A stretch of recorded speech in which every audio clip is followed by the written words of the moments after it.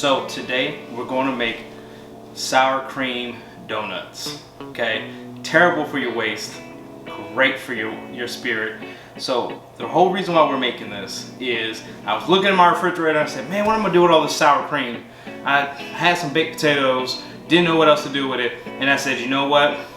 Donuts. So this recipe is for sour cream donuts. It's more of a somewhere between a cake batter and a traditional donut batter, and they will be deep fried. They can be baked, but they're so much better deep fried. So if you want to see the recipes in the description below. Other than that, let's get started. Okay, so in a mixer, we're going to add in our sugar and our butter, and we want to get that creaming. Now this isn't creaming in the sense of cookies. This is just softening up the butter and the sugar together. Okay, so we're not looking for that same creaming method as we do with cookies or even cakes. This is, once again, soften the butter using the agitation from the sugar. We're not looking for that fluffy butter like we have been before. So after that mixes for about 1 to 2 minutes, we are then going to incorporate the egg yolk.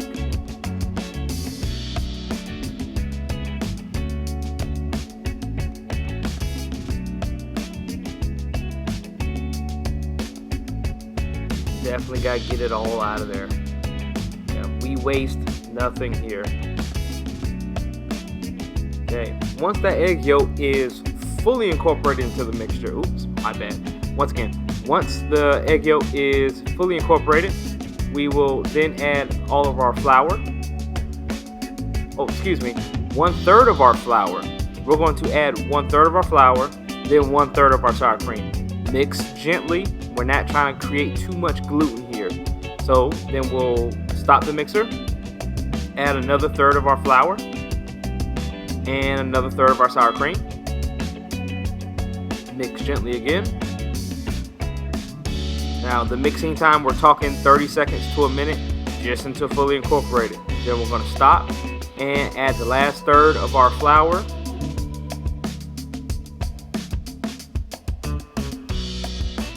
Alright, we're going to get the last bit of our sour cream in there. We're going to stack all our containers neatly, put them off to the side. That's why I love these containers. Yeah, they're not super pretty, but hey, they stack easy, they clean easy. And we're going to gently now mix this mixture until it's fully incorporated. It's going to look like a dough. It is going to look like a bit of a wet, sticky dough. Okay, that's fine. We don't want a super tacky dough here. It's going to be a little sticky, and that's fine. That's fine. That's what we want.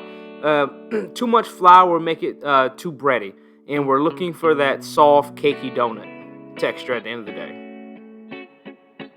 Please remember, scrape your bowl. As you see, I am scraping multiple times.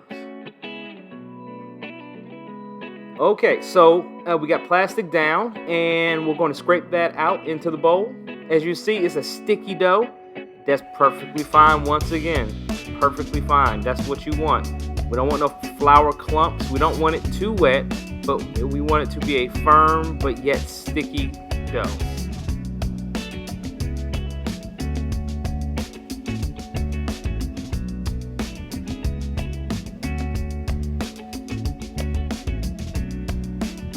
It may be just a little tough to get all of it out the bowl, but that's perfectly fine. Make sure you have a good spatula to get everything out. You want all the batter.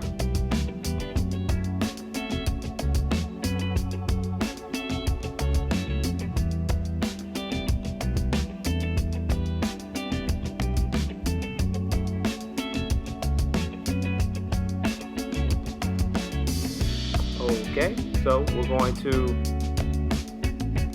wrap it up, get it into a nice ball, and we're going to let this chill in the refrigerator for about 1 to 2 hours, and the dough at that point should be nice and firm. As you can see, the dough has definitely firmed up. It's not as sticky, but you have a time limit here.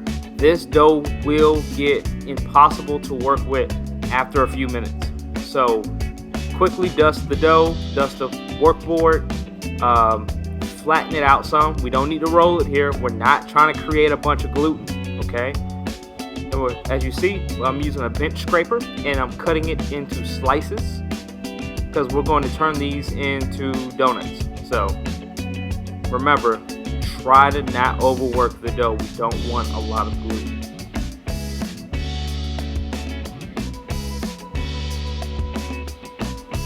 And then from there, we're going to roll them out. Oops.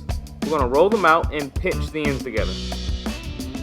So, you know, I didn't do this in the video, but you may want to brush the ends a little bit with a brush just to get the flour off it so they stick better to each other. If you want to do this quickly.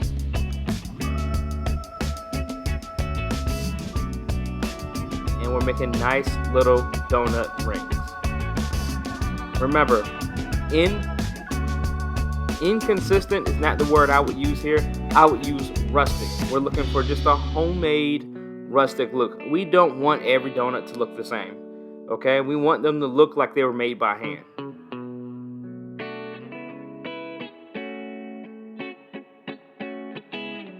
As you can see, the more you warm the dough up with your hands, the more tacky it's going to be.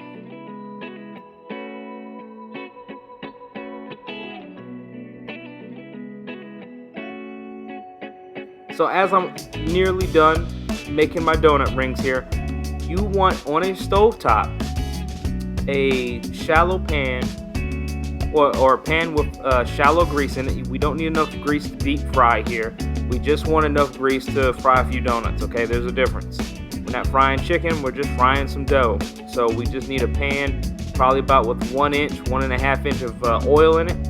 And we want that oil at about 350 degrees Fahrenheit. If you want a little bit lighter of a dough, you can probably go about 325 on that and you'll be just fine, but you're going to go for a lighter dough.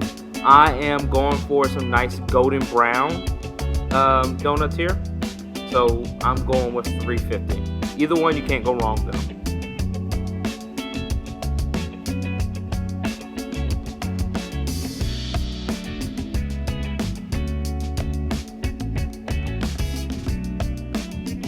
Alright, a nice pan shot of what they look like. So remember, we want these donuts to rip. Okay, so first donut is in the grease, and that's what you want, that nice slow fry. We don't want it to sizzle too hard because we don't want to overcook our donuts. Okay, this is one of the things where you definitely need a slotted spoon, and you're looking for the donut to turn golden brown around the edges before you flip. Okay, we want this batter is made to rip. You want that ripped look in your donuts. As you can see, I just flipped it back over and it has those nice rips across the top. That's what we want. That's what we want. And we want something a little bit browner before we pull it out, because we are looking for crispy. If you pull it out too early, it will be nice and soft, but it'll be too soft, it'll get soggy. We want something to be a little crispy on the edges, so we want nice golden brown.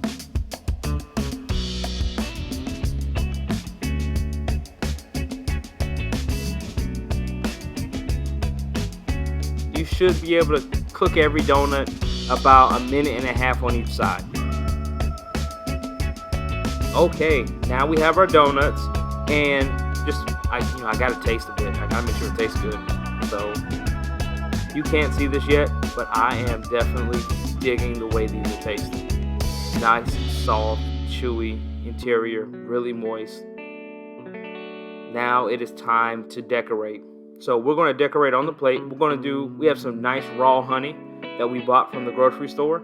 A very, very full flavor honey. And we have our salted caramel we made. And we're just going to drizzle the caramel over the top. My God, look at that caramel action. Oh, man. Is this legal? This is food porn right here. Look how beautiful that caramel is drizzling over those donuts. It just doesn't get any better than that. It honestly doesn't. I mean, every time I saw a chef do that in front of me, you know, I'd be broke. Because that there is gorgeous. It doesn't do it justice. I wish you could smell it. It smells amazing. They look amazing. They're simple. Keep it simple. Oh, now it's time. Big bite. Oh yeah. Look at that. In heaven. In heaven. Yeah, that's it. If the face doesn't sell it, I don't know what else to tell you. I hope you enjoy it. Like, subscribe, share. Come back for more. We got more videos coming. Next time, Chris's Chop House.